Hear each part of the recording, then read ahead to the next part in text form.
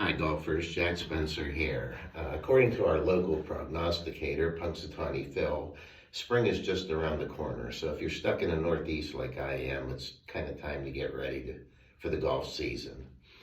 Obviously, if you want to lower your scores, and I went over some of this stuff in some of my earlier videos, so excuse me if you've seen it, but it's your short game. It's going to be your chipping and putting. A friend of mine asked me a month or two ago about which putting aid should she buy and sent me some pictures of various ones. And honestly, I think the best putting aid you can have is a golf ball that has just half of it colored in like that. And you can practice this on your carpet at home, whatever. If you can get this ball rolling end over end perfectly, then you know you're striking it with the center of the putter face and that it's square. And those are the only two things you need to get the proper line and speed on your putts, if you read them correctly. So anyway, that's your putting aid that I would recommend. The second thing is obviously your chipping. I would say that you should pick a club you're comfortable with for most of your chips, and for me it's a 60-degree wedge. And there's two chips. One is a normal chip that's going to run out a bit, and the other one maybe you want to get a little higher and stop a little quicker. And for a normal chip, you want your weight forward, you want your hands forward, and you want to actually see the contact. I also mentioned in an earlier video that that's something you should strive for, but when it comes to drivers and things like that, it's almost impossible. But with a chip or a putt, you should have your eye on the contact. I'm not saying keep your head down. I'm just saying that you should watch the contact. Because if you don't, you're peaking. So, normal chip, back off the left foot, hands ahead, like that, weight forward, and just try to clip it. And you can do this. I hit behind that one a little bit. That was terrible. Let's see here. Better. You can do this at home with a wiffle ball. I mean, you're not going to hurt anything, It's just the same thing. Like that.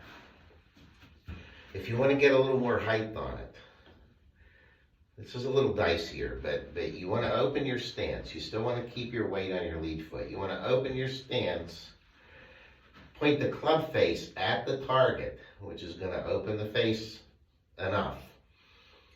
But then you want to swing along your body line, which is actually an out to in swing, and you don't want to let your trail hand roll over. So front of the stance, still weight left, face towards the target, swing along your body line.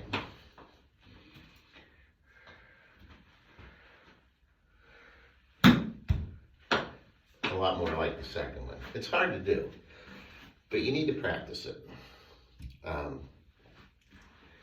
The third thing is for your full swing. And you can probably buy one of these on eBay for next to nothing now, but this is an old driver that I used like 20-some years ago. It has a Fujikura 90-gram extra stiff shaft. So it's like a lead pipe. But I've put now a ton of lead tape on the bottom of this. It's a heavy club. And the reason why I could do that is probably because this shaft can handle that kind of weight. But because of the weight of the whole club, and especially the club head, it almost forces you. It'll just kind of drop itself down. Like, if you're having trouble with that, you're going to have to probably forcibly do that. Where with this, it's just like, okay, I'm so heavy, I'm going to drop down. And then just swing it. You don't have to hit anything. Just swing it. I would use one of these rubber balls here. I mean, obviously this is only a 9-degree loft, but that's that'll train your muscles. And the easiest way to train them is to swing in slow motion. Up, down, up, down. Let the club help you. It's a training aid. Hope this helps. Hope we all get to go out and play soon. I'll see you next time.